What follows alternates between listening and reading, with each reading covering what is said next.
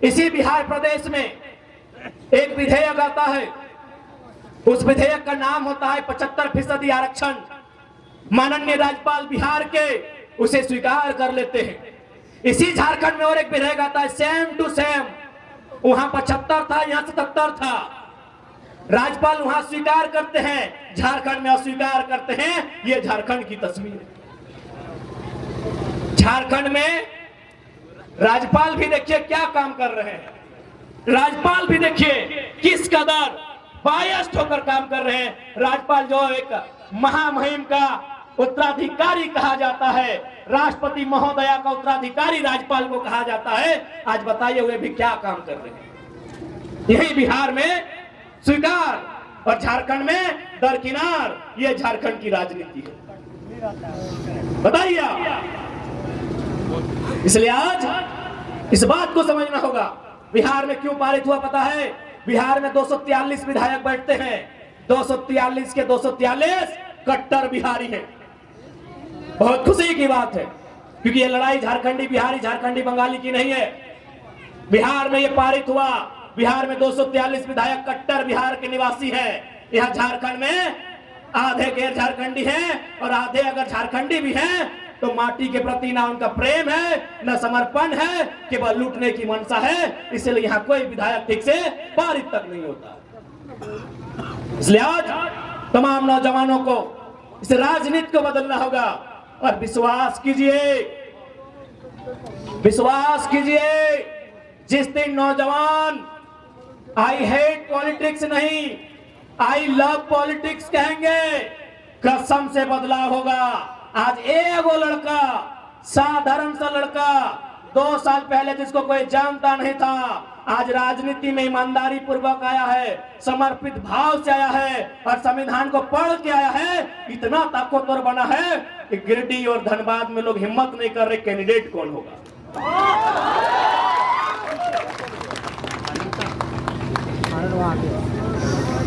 आज हिम्मत नहीं कर पा रहे गिरिडीह और धनबाद का कैंडिडेट कौन होगा।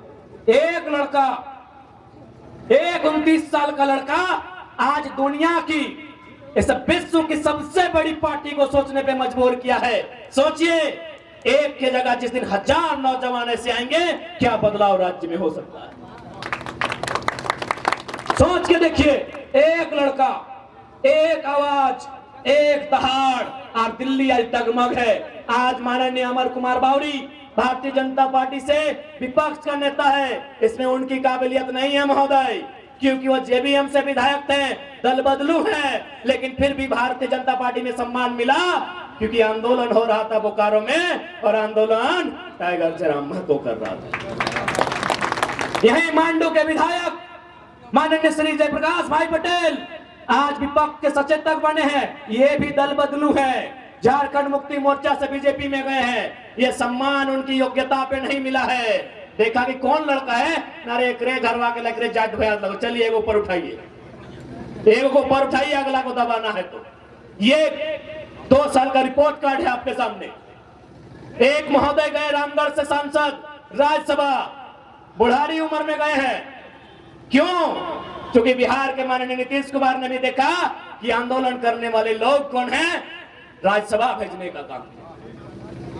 एक लड़का आज राज्य में उथल पुथल मचा के रखा है और शायद हो सकता है कि धनबाद, जिसे पूरे झारखंड की 14 लोकसभा में हॉट सीट कहा जाता है, कोयला का सल्तनत कहा जाता है, उस कोयले की सल्तनत में 1952 में पहला चुनाव हुआ था। शायद 2024 में उम्मीद है पहली बार कोई खतियानी बेटा को नेशनल पार्टी शायद टिकट दे दे।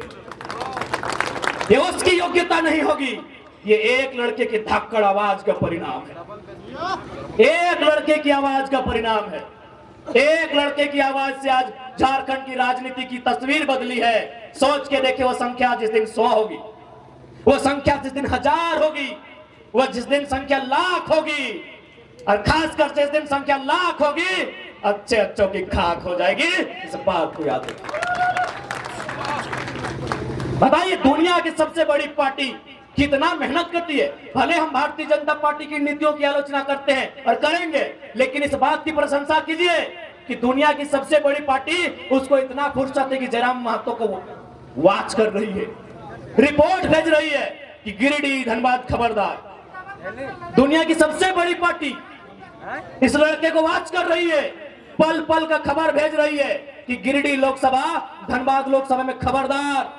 यहाँ एक पारसनाथ का मतवाला टाइगर आया है जो किसी से झुकने वाला नहीं है, वो जब बोलता है सबकी खोल के रख देता है। सोचिए, इसलिए आज नौजवानों,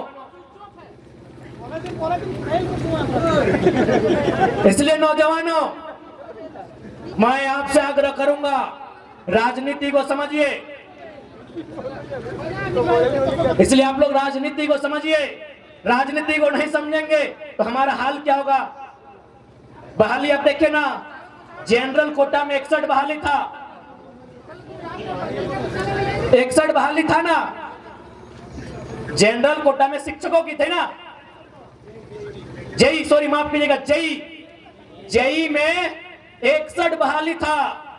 आपको जानकारी होना चाहिए, 39 यूपी बिहार राजस्थान के लोग ले गए, आपके हिस्से में 22 आया, और कसम से बोलते हैं उस 22 में भी बहुत सारा बिहार का लोग झारखंडी बना है। अरे ये तो मालूम हुआ कि अभी उसका मूल पता क्या है। बताइए आपके हिस्से में क्या आ रहा है, अभी बताइए। पढ़ने लिखने वाले नौजवान, गिरिडीह हजारीबाग धनबाद ये पढ़ा लिखा क्षेत्र है, पढ़ाई लिखाई में कोई कमी नहीं है, लेकिन देखिए आपके हिस्से को कहां बेचा जा रहा है। हम वोट बेचते हैं, वो हमारी नौकरियों को बेचते हैं। 27 लाख में पेपर लीक हुआ, मालूम होगा आपको, सीजीएल की परीक्षा आप भी दिए थे, नौजवान यहां बैठे हैं।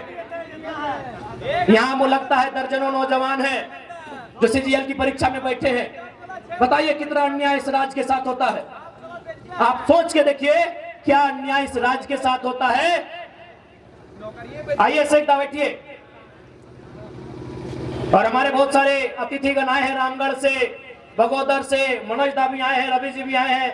आप लोग मंचासीन होंगे तो सोच के देखिए क्या व्यथा है झारखंड।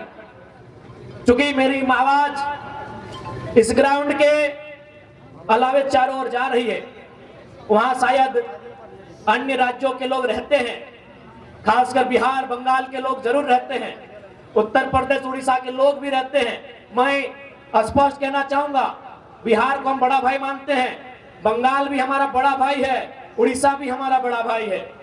1912 में बिहार अलग हुआ, 1936 में उड़ीसा अलग हुआ, 2000 में झारखंड अलग हुआ। भैया जब 1912 में बिहार अलग हुआ, बंगाल वालों ने आज तक बिहार में एक भी डाका नहीं डाला है। क्या आपके पास एक भी इतिहास है कि जब बंगाल प्रेसिडेंसी से सन 1912 में बिहार अलग हुआ, उसके बाद बंगाल के किसी मूल निवासी ने बिहार में कोई दखल अंदाजी किया हो? क्या आपके पास डाटा है? एक भी डाटा है? नहीं है, क्योंकि बंगाल ने बिहार को भाई मान के अपना हिस्सा अलग कर दिया। ठीक फिर बिहार से 1936 में उड़ीसा अलग हुआ, क्या बिहार के लोगों ने उड़ीसा में दखल अंदाजी किया है? नहीं किया है। लेकिन जैसे ही झारखंड अलग हुआ, सब लोग यहाँ टांग गड़ा के बैठे हैं। ये दुर्भाग्य का बात है।